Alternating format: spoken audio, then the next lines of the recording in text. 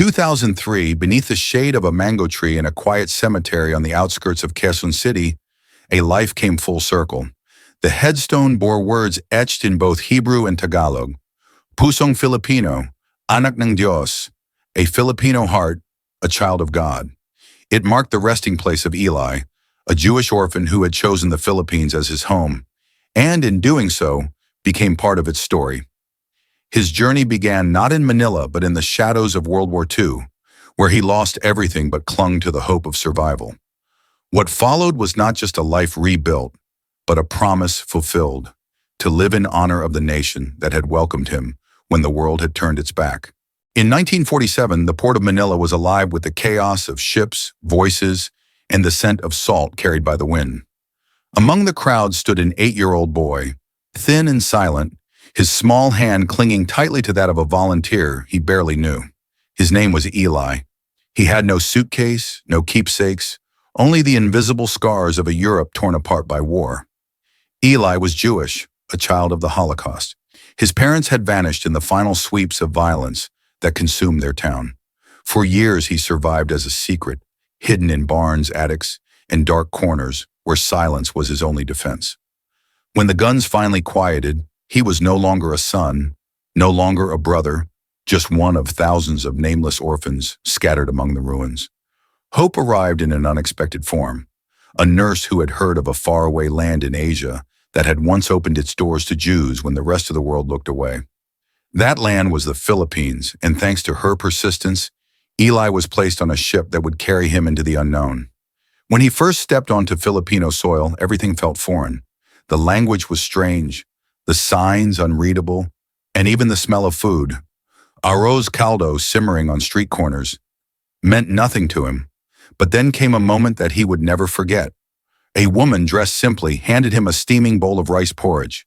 She placed her hand gently on his head and said a single word. Anak, child. That word pierced through his loneliness. It was more than kindness. It was a promise. In that moment, Eli felt the faint stirrings of belonging, as if life had whispered to him, "You are safe. You have a place. You can begin again." Eli was taken in by a family in the outskirts of Quezon City. They lived with little. His adoptive father drove a jeepney. His mother sold fish at the market. But what they lacked in wealth, they made up for in love. From the first day, they treated Eli not as a guest or a stranger, but as a son. The neighborhood children quickly gave him a nickname, Boy, since his Hebrew name was hard for them to pronounce. He learned to play lukong tinik, to eat with his hands from banana leaves, and to hum along to Kundiman songs his father strummed late into the night. There was an unspoken rule in the house. No one touched their food until every child had a full plate. For Eli, this was something entirely new. In Europe, survival had meant silence and selfishness. Here, even the poorest shared what little they had. One evening, when Eli was 12, he looked at his adoptive mother and asked softly, "Would my real mother have liked it here?" She paused, wiped her hands on her apron, knelt down and replied, "Anak, your mother would love this place because it gave you back your smile." Those words lit something inside him. For the first time, he understood that home was not where you were born, but where your pain was embraced and healed. In the Philippines, Eli was not just surviving, he was slowly learning what it meant to live. As the years passed, the Philippines revealed to Eli not just safety, but a new way of seeing the world. When a powerful typhoon struck their village, floodwaters swallowed the streets, banana trees bent under the wind, and roofs shook in the storm. Yet in the middle of the chaos, his adoptive father tied ropes to a fallen tree so the children could swing and laugh as though the disaster were nothing more than a game. Mothers unwrapped food carefully packed in banana leaves and shared it from house to house, while a battered radio played Tagalog songs through the rain. That night, Eli caught himself smiling, without even realizing it, the first genuine smile since his childhood. His mother looked at him and said, "Even in floods, blessings remain." The words carved themselves deep into his memory. At school, Eli's silence and foreign face often made him a target for teasing. But one classmate, a girl named Lainey, offered him something different, a small comic book. She called him Tiny Boy, a brave little hero, and began teaching him simple Tagalog words, patiently repeating them until his tongue could shape the sounds. Each word she gave him was like a key, unlocking a door to belonging. And beyond classrooms and storms, the ordinary kindness of strangers continued to shape him. One morning he watched a jeepney driver hand his own glass of warm Tahoe to a beggar without hesitation. No questions, no judgment, just an act of quiet generosity. For Eli, who had once survived in a world stripped of compassion, these moments were revelations. He began to understand, in the Philippines, dignity and kindness were not luxuries. They were freely given, even by those who had little themselves. These small acts, stitched together, were the threads of Eli's rebirth. By the time Eli turned 18, the question could no longer be avoided. Should he return to Israel, the land of his ancestors, or remain in the Philippines, the country that had embraced him? It was not an easy decision. His blood tied him to one place, but his heart, his laughter, his second life, all belonged to another. The answer came quietly on the night his adoptive mother lay dying from cancer. Sitting beside her, Eli strummed a guitar and sang Bayan Ko, the haunting song of longing and love for the Philippines. The melody trembled in the air like a farewell, and when her breathing slowed, he knew he had given her the only gift he could, the promise to stay. Months later, during his naturalization ceremony, the judge asked why he chose to remain in the Philippines. Eli spoke without hesitation, "Because here I became human again." His words were simple, but they carried the weight of a boy, once hidden in attics, now reborn as a son in a foreign land. From that day forward, Eli made it his mission to honor the country that had sheltered him. He visited schools, telling children about kindness and resilience.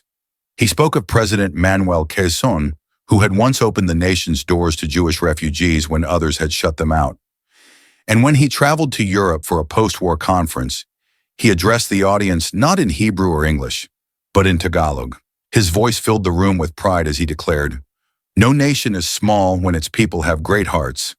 Holding up a simple wooden spoon and fork carved by his adoptive father, he added, "These did not only feed my body, they fed my soul."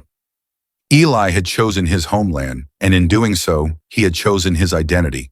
Eli lived the rest of his life as a Filipino in every sense of the word. He married, raised children, and continued to share his story in classrooms, churches, and community halls. He never forgot his origins, but he no longer introduced himself as a boy who had lost everything. Instead, he spoke as a man who had been given a second life. His message was always the same, that compassion has the power to rebuild what war and hatred destroy. At 78, Eli's journey came to an end. He was laid to rest in the quiet cemetery outside Quezon City, beneath the mango tree where blossoms of white and gold swayed in the wind. On his headstone were words written in both Hebrew and Tagalog, "Pusong Filipino, anak ng Diyos," a Filipino heart, a child of God. Beside him lay the graves of his adoptive parents, the family who had once welcomed a frightened boy with nothing but a bowl of warm porridge and a gentle word, "Anak." Eli's life was not just about survival. It was about transformation, about finding home not in the land of his birth, but in the arms of a people who opened their doors and their hearts. His story reminds us that a homeland can be chosen, that identity can be healed, and that kindness is stronger than borders. Today, his legacy endures in every life he touched, in every child who listened to his words, and in every Filipino who takes pride in the compassion of their nation. Eli's story is not only a chapter of history, it is a testament that humanity, at its best, has no walls. Eli's life is a reminder that the measure of a nation is not in its size, its wealth, or its power, but in the kindness of its people. The Philippines, a country often overlooked, opened its doors when others closed theirs. In doing so, it transformed the destiny of a boy who had nowhere to belong, and in return, that boy carried its story to the world. If Eli's journey stirs something in you, let it be this: compassion is never forgotten. A simple word, a bowl of food, a place at the table. These small acts can echo across generations. Share this story and let the world know that in a corner of Southeast Asia, there is a people whose open hearts turned a stranger into a son and gave humanity a reason to believe again.